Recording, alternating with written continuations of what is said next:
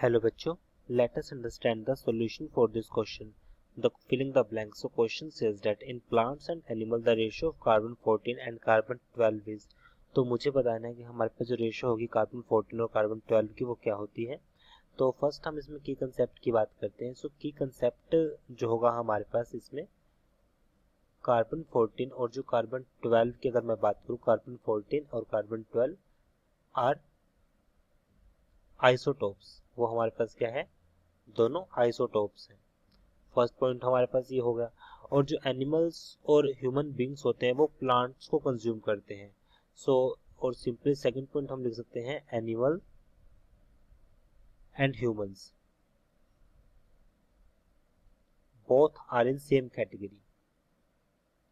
Both are in same category, दोनों same category में होते हैं, बट दोनों डिपेंड करते हैं प्लांट्स पर। Solution for this question. So animal including human consume plants a lot. So यहाँ पर हम सिंपल इसको एग्जांपल से देख सकते हैं कि जो एनिमल्स और ह्यूमंस बीइंग होते हैं, एनिमल और ह्यूमन बीइंग्स जो होते हैं वो किस पर डिपेंडेंट है, जो डिपेंड्स करते हैं प्लांट्स पर। जो ग्रीनरी वेजिटेबल्स वगैरह होते हैं वो किस में आती है, प्लांट्स की कैटेगरी में आती है।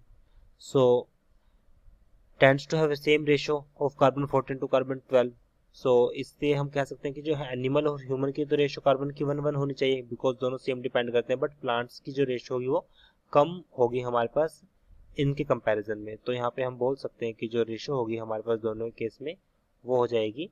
सो ratio of carbon 14 to carbon 12 in living जो ऑर्गेनिज्म होंगे हमारे पास, जो रेशियो होगी carbon 14 to carbon 12।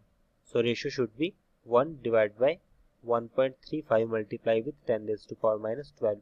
So ratio should be 1 multiply 1 ratio 1.35 multiply with 10 raised to power minus 12. So it is our answer. I hope you understood this explanation. Thank you.